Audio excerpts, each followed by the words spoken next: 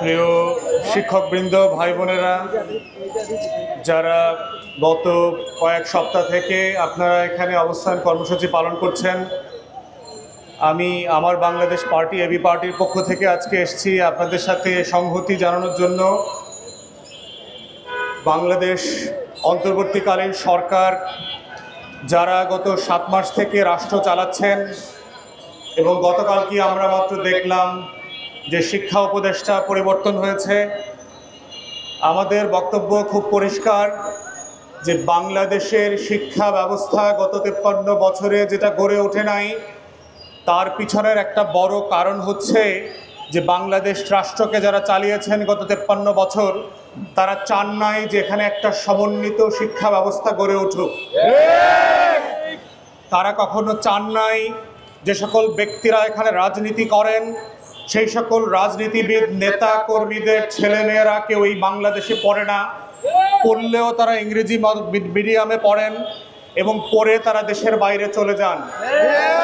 অতএব বাংলাদেশ রাষ্ট্র যারা পরিচালনা করছেন, রাজনৈতিক দলের নেতারা এবং প্রজাতন্ত্রের কর্মচারীরা, তারা পরিকল্পিতভাবে এই দেশের তৃণমূলের যে শিক্ষা ব্যবস্থা আছে, যারা গ্রামে গ্রামে, পথে প্রান্তরে, চরে, মহল্লাতে মহল্লাতে আমাদের দেশের লক্ষ লক্ষ কোটি কোটি তরুণ তরুণীকে শিক্ষিত করেন, সরেয়া সরেয়া ক খ শিখান, সেই মানুষগুলোর প্রতি যে ন্যূনতম শ্রদ্ধা মমতাবোধ থাকার কথা ছিল, গত 53 বছরে আমরা সেই শ্রদ্ধা এবং মায়া মমতা দেখি নাই।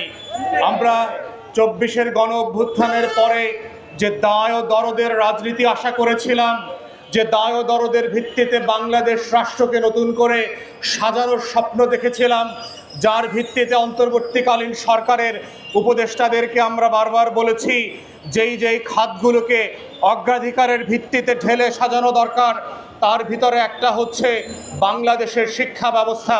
কিন্তু আমরা দুঃখজনকভাবে দেখেছি গত 6-7 মাস থেকে বিভিন্ন সেক্টরের শিক্ষকরা, শিক্ষিকারা, কর্মকর্তা কর্মচারীরা, প্রতিষ্ঠান যারা চালাচ্ছেন, তারা এসে সপ্তাহের পর সপ্তাহ, দিনের পর দিন প্রেস ক্লাবের সামনে শাহবাগে আন্দোলন করছেন, তারপরে মানববন্ধন করছেন, স্মারকলিপি দিচ্ছেন, কিন্তু আমরা দেখতে পাচ্ছি তাদের দাবিগুলোকে ন্যায্যতার সাথে বিবেচনা করবার কোনো ন্যায়সঙ্গত উদ্যোগ গত 7 মাসে এখনো নেওয়া হয়নি। তাহলে আমাদের প্রশ্ন হচ্ছে, যেই শিক্ষা উপদেষ্টাকে গত 7 মাসের ব্যর্থতার ফল হিসেবে সরিয়ে দেওয়া হয়েছে, তার ব্যর্থতার আমলনামার খতিয়ানের শাস্তি কী হবে?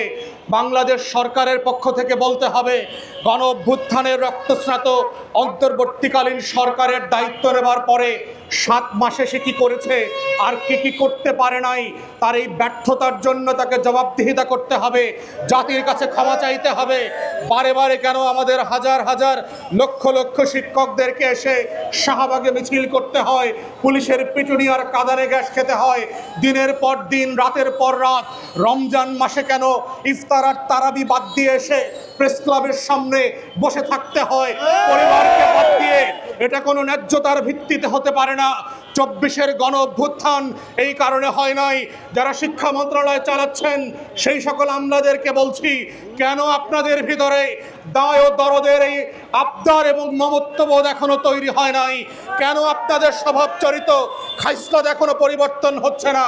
কেন আপনাদের ডেলিগেশন টিম এখানে আসে না, কথা বলে না, অথবা শিক্ষক নেতৃবৃন্দকে নিয়ে মিটিং করছে না? কেন সপ্তাহের পর সপ্তাহ বসে একটা দাবি এবং ন্যায্যতার কথা বলতে হবে? এটা নতুন বাংলাদেশের চিত্র বলে আমরা কখনো আশা করি নাই। নতুন উপদেষ্টা যিনি এসছেন, আবরার সাহেবকে আমরা বলছি, আপনারা এই ন্যায্যতার ভিত্তিতে সকল শ্রেণীর এবং সেক্টরের যে শিক্ষক শিক্ষিকা, স্কুল কলেজ বিশ্ববিদ্যালয়ের যে দাবিগুলো আছে, সেগুলো নিয়ে আপনারা বসেন, সমন্বিত পরিকল্পনা করেন, দফায় দফায় বিভিন্ন রাজনৈতিক দলের গ্রুপিংয়ের রাজনীতি থেকে শিক্ষকদেরকে এবং শিক্ষা প্রতিষ্ঠানকে বের করে নিয়ে আসেন, ন্যায্যতার ভিত্তিতে সমাধান করেন। কোনো রাজনীতির মধ্য দিয়ে শিক্ষক আর শিক্ষা প্রতিষ্ঠানকে দেখলে বাংলাদেশ রাষ্ট্রের শিক্ষা ব্যবস্থা যেভাবে দুমড়ে মুচড়ে পড়ে গেছে সেটা আর ফিরে আসবে না। তাই আমরা শিক্ষা উপদেষ্টাকে বলছি, আমলাদেরকে বলছি, যারা গণপ্রজাতন্ত্রী বাংলাদেশ সরকারের বর্তমান নীতি নির্ধারণী দায়িত্ব পালন করছেন, বাংলাদেশের শিক্ষা ব্যবস্থাকে ঢেলে সাজানোর বিরাজনীতিকরণ করবার একটা মোক্ষম সময় এখন এসেছে। তাই আপনারা রাজনৈতিক দলের শিক্ষক কর্মকর্তা কর্মচারীদেরকে লেন্সে লেন্সে ভাগ করে আলাদা আলাদা গ্রুপিংয়ের মিটিং না করে সমন্বিত উদ্যোগ নেন। আমাদের শিক্ষা প্রতিষ্ঠানগুলোর সমস্যা কোথায়? শিক্ষকরা কেন ন্যূনতম মজুরি পাচ্ছে না, চিকিৎসা ভাতা পাচ্ছে না, ঈদের বোনাস পাচ্ছে না, এমপিওভুক্ত হতে পারছে না? 10 বছর হয়ে গেছে, 15 বছর হয়ে গেছে, 20 বছর হয়ে গেছে। কোনো কোনো শিক্ষক আমাকে বলেছেন 26 বছর ধরে বেতন পান না। এইটা বাংলাদেশ রাষ্ট্র হতে পারে না। এই দেশ লুটপাট করবার জন্য তো কারো অনুমতি নিতে হয় নাই। হাজার হাজার টাকা বাংলাদেশ থেকে লুটপাট হয়ে গেছে এবং এখনো আমলারা লুটপাট করছে। এখনো বিভিন্ন সেক্টরের সরকারি কর্মকর্তা কর্মচারীরা লুটপাট চালিয়ে যাচ্ছে। তাহলে কেন 26 বছর ধরে এমপিওভুক্ত না হওয়া, 26 বছর ধরে বেতন বোনাস না পাওয়ার যে শিক্ষক শিক্ষিকা পেশাজীবী যা রয়েছে তাদের সাথে ন্যায্যতার ভিত্তিতে আপনারা বসছেন না কেন, আলাপ করছেন না কেন? কিসের কারণে আপনারা আটকে গেছেন সেটাও তো বলতে হবে। তাই আমরা শিক্ষা উপদেষ্টাকে বলছি, অবিলম্বে এই শিক্ষকদের আন্দোলনকারী নেতৃবৃন্দদের সাথে বসেন, সমন্বিত উদ্যোগ নেন। ইবতেদায়ী মাদ্রাসা, প্রতিবন্ধী স্কুল কলেজ বিশ্ববিদ্যালয় যেগুলো আছে, প্রতিবন্ধী প্রায় 1700 স্কুলের শিক্ষক কর্মকর্তা কর্মচারীরাও এখানে অনশন করছেন আমার পাশেই। আমরা দেখেছি আরও বিভিন্ন জোটভুক্ত ইবতেদায়ী মাদ্রাসার দাখিল এবং আলেমের পরবর্তী যে মাদ্রাসাগুলো আছে তাদেরকে সবাইকে নিয়ে আলাদা সমন্বিত পরিকল্পনা করেন। সকল শিক্ষককে মর্যাদার ভিত্তিতে সরকারি চাকুরিতে কিভাবে এমপিওভুক্ত করা যায় সেইটা বিবেচনা করেন। প্রত্যেকটা প্রতিষ্ঠান যেন মর্যাদার সাথে শিক্ষা ব্যবস্থা পরিচালনা করতে পারে সেই উদ্যোগ নেন। বাংলাদেশ রাষ্ট্রকে যারা শিক্ষিত করে আপনাদেরকে পাশের হার বাড়ায় দেয়, যেই হার বিক্রি করে আপনারা দুনিয়াতে এনজিও ব্যবসা করেন, লুটপাটের রাজত্ব করেন, ফান্ডিং নিয়ে আসেন, বাজেট বানান, সেই শিক্ষকদের দিকে যদি না তাকান আপনাদের লুটপাটের বাণিজ্য বেশি দিন চলবে না, আপনাদের এনজিও ব্যবসা চলবে না। তাই আমাদের বক্তব্য খুব পরিষ্কার, এই রাষ্ট্রকে যারা আমরা নতুন করে ঢেলে সাজাতে চাই, এই সাজানোর শুরুটা হতে হবে বাংলাদেশের শিক্ষা ব্যবস্থাকে সমন্বিত করা, বাংলাদেশের শিক্ষা ব্যবস্থাকে আধুনিকায়ন করা, বাংলাদেশের শিক্ষা ব্যবস্থাকে একবিংশ শতাব্দীর জন্য ঢেলে সাজানো। এবং সেটা শুরু হতে হবে আমাদের প্রাইমারি স্কুল, আমাদের ইবতেদায়ী মাদ্রাসা, প্রতিবন্ধী স্কুল এবং এই সব স্কুল কলেজে যারা পড়ান, বছরের পর বছর ধরে যুগের পর যুগ ধরে পড়াচ্ছেন, তাদেরকে নিবন্ধন দিয়েছেন, তাহলে বেতন দিচ্ছেন না কেন? তাহলে নিবন্ধন দিলেন না কেন? ঠিক একইভাবে তাদের যদি প্রশিক্ষণের ঘাটতি থাকে, শিক্ষকদেরকে প্রশিক্ষিত করেন, সিলেবাস পরিবর্তন করেন, আধুনিকায়ন করেন, কারিকুলাম বদলান। এভাবেই বাংলাদেশ রাষ্ট্র বদলে যাবে। কিন্তু শিক্ষকদেরকে অভাবে রেখে শিক্ষা প্রতিষ্ঠানগুলোকে বন্ধু করে দিয়ে, পঙ্গু করে দিয়ে বাংলাদেশ রাষ্ট্র বদলানোর কোনো আয়োজন কখনো সফল হবে না। তাই আমরা এখানে এসেছি আপনাদের সকল ন্যায্য দাবির সাথে আমরা একাত্মতা প্রকাশ করে অবিলম্বে একটা উপকমিটি করবার দাবি জানাচ্ছি, যেই কমিটি বাজেট এবং নিয়মতান্ত্রিক নীতিমালা সাপেক্ষে আপনাদের প্রত্যেকটা স্কুলকে গ্র্যাজুয়ালি এমপিওভুক্ত করবে, শিক্ষকদের বেতন ভাতা বোনাসকে ন্যায্যতার সাথে বাড়াবে, সুযোগ সুবিধা বাড়াবে। এটাই হচ্ছে বাংলাদেশে আগামী দিনের শিক্ষা ব্যবস্থাকে ঢেলে সাজানোর একমাত্র পথ এবং পন্থা। আমরা শিক্ষা উপদেষ্টাকে বলবো, আপনি প্রতিনিধি দল পাঠান, আশ্বস্ত করেন রোজা রমজানের দিনের বেলার দুপুরে পরিবার থেকে যারা বিচ্ছিন্ন হয়ে দিনের পর দিন সপ্তাহের পর সপ্তাহ প্রেস ক্লাবের সামনে ইফতার করছে, সেহরি করছে, রাতে ঘুমায়, তাদেরকে বাড়িতে ফেরার ব্যবস্থা করেন সম্মানের সাথে, মর্যাদার সাথে। এই আহ্বান জানিয়ে আমার বক্তব্য এখানেই শেষ করছি। সবাইকে অসংখ্য ধন্যবাদ। আপনাদের আন্দোলনের সাথে, লড়াইয়ের সাথে আমাদের একাত্মতা চলছে এবং চলবে। আসসালামু আলাইকুম। প্রিয় দর্শক, এতক্ষণ আমরা গুরুত্বপূর্ণ কিছু কথা শুনছিলাম।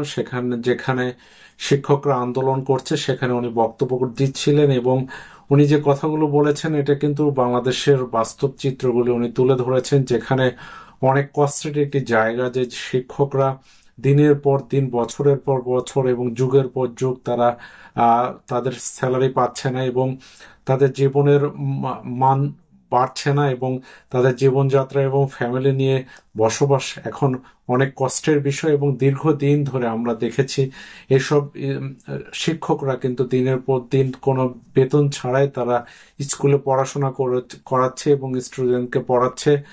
নিম্নমাত্র মানে অল্প পরিমাণ স্যালারিও অনেকে পাচ্ছে না এবং অনেক প্রাইমারি স্কুল থেকে শুরু করে অনেক স্কুলগুলো যেগুলো স্যালারি থেকে বঞ্চিত এবং তাদের ন্যায্য দাবি, বিভিন্ন মাদ্রাসাগুলো আছে তারাও কিন্তু তাদের ন্যায্য দাবি নিয়ে রিসেন্টলি বারবার তারা রাস্তায় নামছেন এবং তারা কন্টিনিউ আন্দোলন করছে।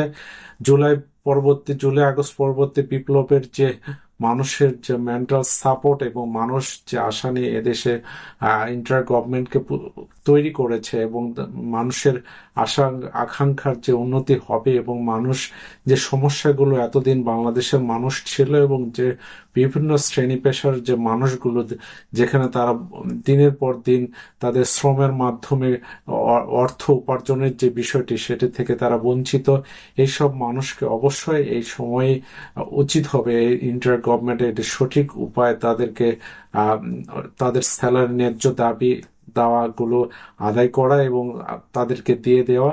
পাশাপাশি বিভিন্ন জায়গায় বিভিন্নভাবে যে বৈষম্যটি তৈরি হয়েছে যেগুলো এখন মানুষ তারা রাস্তায় নেমে এটি প্রকাশ করছে এবং সেগুলো ন্যায্যতার ভিত্তি থেকে দেখে এবং বুঝে এবং সঠিক দিক নির্দেশনা অনুযায়ী তাদের সঙ্গে বসে কিন্তু এই জিনিসটা অবশ্যই সমাধান হওয়া উচিত। এবং সমাধান না হলে কিভাবে এটি সমাধান হবে এটি কিন্তু আলোচনা করে বিষয় পরিস্থিতি অবশ্যই নিয়ন্ত্রণে নিয়ে আসা এবং তাদেরকে ন্যায্যতার দাবিতে তাদের মিনিমাম সম্মানটুকু যেন তারা পায় সেই দিকে অবশ্যই খেয়াল রাখে। এবং যে শিক্ষা প্রতিষ্ঠানগুলো আছে সেখানে কিন্তু যার টিচার গুলো আছে অনেক কম স্যালারি, যেটা যার জীবনযাত্রার মান একেবারে তারা কিন্তু জীবনযাত্রার মান উন্নতি করতে পারছে না। সেই দিক থেকে ইন্টার গভর্নমেন্টের উচিত হবে এই লোকগুলোর প্রতি এবং এই শিক্ষকের প্রতি অবশ্যই খেয়াল রাখা এবং তাদেরকে স্যালারির বৃদ্ধি করা, পাশাপাশি তাদের প্রতি মাসে তাদেরকে স্যালারি পে করা, বোনাস পে করা এবং ইয়ারলি ইনক্রিমেন্ট বিষয়গুলো যেন অন্যান্য সরকারি চাকরিজীবী যারা আছে